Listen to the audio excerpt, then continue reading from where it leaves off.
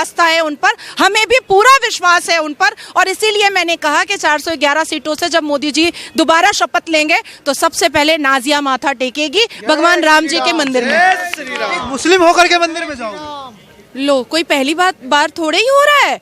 और मुस्लिम होकर के मैं मंदिर क्यों नहीं जा सकती हूँ भाई? क्या मैं आफ्ताब की तरह बोटियां कर रही हूँ?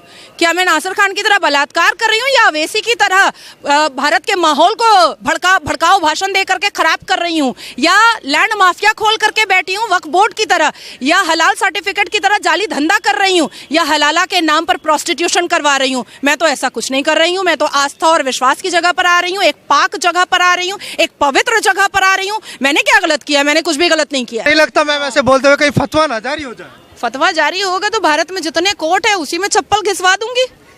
बहुत बढ़िया, जय श्री राम। नहीं, अगर एक मुस्लिम महिला हिंदू के भजन को गा देती है तो उसके लिए फतवा जारी हो जाता है, और आप खुलकर बोल रही हैं। हाँ, मैं तो खुलकर बोलूंगी, एकदम खुलकर बोलूंगी।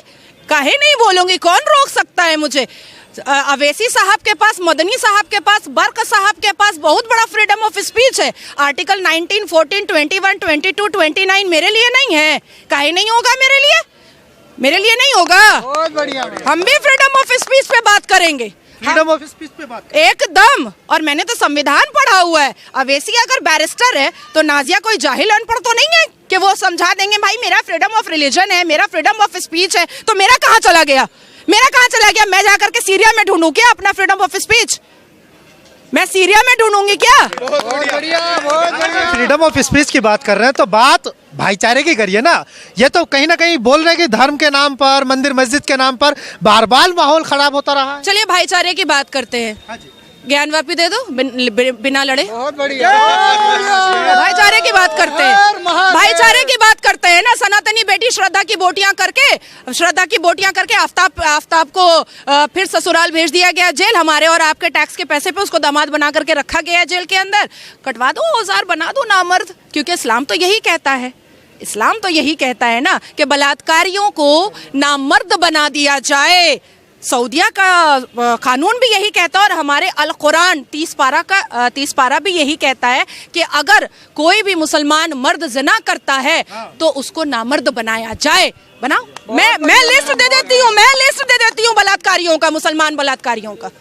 आपने ज्ञानव्यापी की बात की ज्ञानव्यापी दे दो, भाईचारे की बात करेंगे, शुरुआत करेंगे। करते हैं शुरुआत ना। ओवैसी साहब ने कहा था कि 1991 का जो वर्शिप एक्ट है उसका उल्लंघन है ये। क्यों वहाँ पर पूजा नहीं हो रही थी? 1717 से वहाँ पर पूजा हो रही है। जयपुर के महाराजा जी ने जब वहाँ पर चबूतरा बनवाया था, चौकी रखी थी, वहाँ से लेकर के 1858 में पहला मुकदमा दायर हुआ था। 1885 में फैजाबाद कोर्ट में सीरियल नंबर 68 केस गया था, और उसके बाद से लेकर के सर्वोच्च न्यायपालिका में जब 2 डेकेड लड़ाई निर्मोही अखाड़ा के साथ और वीएचपी के साथ जब हो रही थी, तो ये लोग क्या अपने मुंह में लेमन जूस लेकर बैठे थे? All India Muslim personal law board लड़ करके क्यों नहीं जीते? लड़ करके क्यों नहीं जीते? सबूतों के आधार पर क्यों नहीं जीते? जब आचार्य जी ने 441 वेदों और ग्रंथों के सबूत रखे थे मुसलमान जज के सामने, तब उसको क्यों नहीं काट पाए? अरे भाई, लीगल भी आप जीते हैं, धार्मिक भी आप जीते हैं, और इमोशनली भी आप जीते हैं। तीनों आधार पर आपकी जीत हुई है। तो अब इसमें क्या हम लोग क्या बोल सकते हैं? और अवैसी साहब जो बोल रहे हैं वो अपना टीआरपी बनाने के लिए, माहौल गर्म करने के लिए ये सब बोलते रहता है। खुद बैरिस्टर है, 5 मुसलमान भी बैरिस्टर नहीं बना पाया। 5 मुसलमान भी बैरिस्टर नहीं बना पाया। लेकिन मैम, एक तरफ जहां राम के नाम पर राजनीति तो दशकों से होती आई, लेकिन अब सीधा आरोप लग रहा है कि बीजेपी जो है एक पॉलिटिकल इवेंट ऑर्गेनाइज कर रही है, ये कोई आस्था वास्ता का प्रोग्राम नहीं है। तो फिर अवैसी भी नमाज बिछा करके नमाज जो है अपने सियासत के फायदे के लिए ही पढ़ता होगा, उसी के लिए पढ़ता होगा। धार्मिक अगर किसी के धर्म को हम उंगलियां उठाएंगे तो हमारे धर्म पर भी तो उंगलियां उठेंगी ना। आप लोग बहुत शरीफ आदमी लोग हो, सनातनी बहुत टॉलरेंस है, बड़ा बर्दाश्त है आप लोगों के अंदर। सही सुनो, बताया जाता। कौन बता रहा है? आमिर खान ने कहा था ना कि इस देश में इंटॉलरेंस बढ़ गया है, डर लगता है अब। यहाँ का नमक खा करके और यहीं के थाली में लुंगी उठा करके हगने वाले को मैं एकदम वैल्यू नहीं देती हूँ, इसलिए लाल सिंह चड्ढा का मैंने लुटिया डुबो दिया था। सारे स्टेट में केस करके, सारे स्टेट में मैंने केस करवाया था कि इसको बैन करो। अच्छा मैम, एक तरफ अभी बहुत पवित्र जगह हम लोग खड़े हैं, प्रभु हनुमान जी का ये स्थान माना जाता है और बहुत प्राचीन है। जब कहा जाता है कि कण कण में राम है, व्यक्ति व्यक्ति में राम है, और राम की कोई अस्तित्व नहीं जान पाया, ना जान पाएगा, क्योंकि वो बिना आकार के होते हैं। आस्था तो यही कहती है।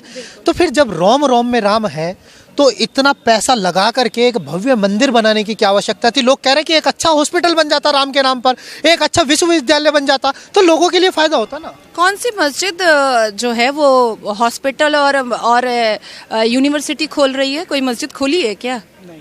तो कहीं से तो शुरुआत करनी पड़ेगी। नहीं, सारी मंदिरें सरकार को टैक्स दे रही हैं, सारी मंदिरें यूनिवर्सिटी खोल रही है, कैंसर हॉस्पिटल खोल रही है, गुरुकुल खोल रही है। मंदिरें तो बहुत पार्टिसिपेट कर रही हैं, बहुत, और अपने अपने पैसे से पार्टिसिपेट कर रही हैं। और राहुल बाबा के अब्बा जान ने बनवा दिया क्या मंदिर? अब्बा जान या पापा? अब्बा जान, पापा ने। कश्मीरी पंडित है। नहीं, उनके घर में उनके कौन है कश्मीरी पंडित? राहुल गांधी है, खानदानी मुसलमान है। हाँ, देखिए अंकल जी एकदम सही कहे हैं।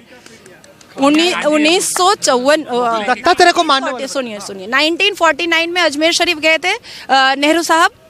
हाँ, नेहरू मामू बनाए हैं हम लोग सबको, आप लोगों को कुछ ज्यादा ही बनाए हैं। चाचा वो है नहीं, वो मामू बनाए हैं आप लोग सबको। अजमेर शरीफ गए 1949 में, और 1950 में एक मंदिर का उद्घाटन हुआ था, वहां नहीं गए थे। 1955 में जब सऊदी अरबिया के शहजादे आ रहे थे, तो सारी मंदिरों पे पर्दा ढक दिया था और ला इलाहा का बोर्ड लगा दिया था। 1966 में इंदिरा गांधी ने साधु स्लॉटर करवाया था। अब आप बताइए, अजमल खसब पे 30 करोड़ रुपया खर्चा करवाया गया था मेहमान नवाजी पर। अब आप बताइए उनको मैं अब्बा जान ना बोलूं तो और क्या बोलूं? अगर मुसलमानों से भी इतनी मोहब्बत होती ना, तो कभी भी शाबानो सायरा बानो को कलपता, रोता, तड़पता नहीं छोड़ते, कभी नहीं छोड़ते। तो वो तो कह रहे हैं कि हम भाईचारे की बात करते हैं, देश की एकता की बात करते हैं, अखंडता की बात करते हैं, और जबकि दो भाई एक दूसरे की शक्ल नहीं देख पाते हैं। मेनका गांधी और सोनिया गांधी भी एक दूसरे की शक्ल नहीं देखती है। वरुण गांधी और राहुल गांधी भी एक दूसरे की शक्ल नहीं देखते हैं। और भाईचारा, कौन सा भाईचारा भाई? कौन निकले तो है भारत जोड़ो न्याय यात्रा पर, लोगों को न्याय दिलाने हैं। पश्चाताप यात्रा है, पश्चाताप यात्रा।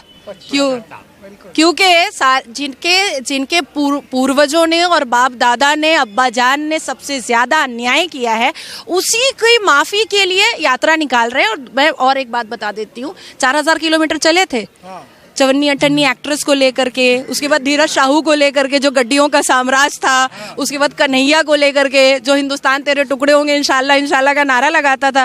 क्या पाली है? 3 राज ना मिला ना। और तीन राज में क्या हुआ? मुंह के बल गिरे हैं। ठीक है, अब उनको थोड़ा और यात्रा करने दीजिए। इस बार एकदम पत्ता साफ, कांग्रेस मुक्त भारत हो जाएगा। कांग्रेस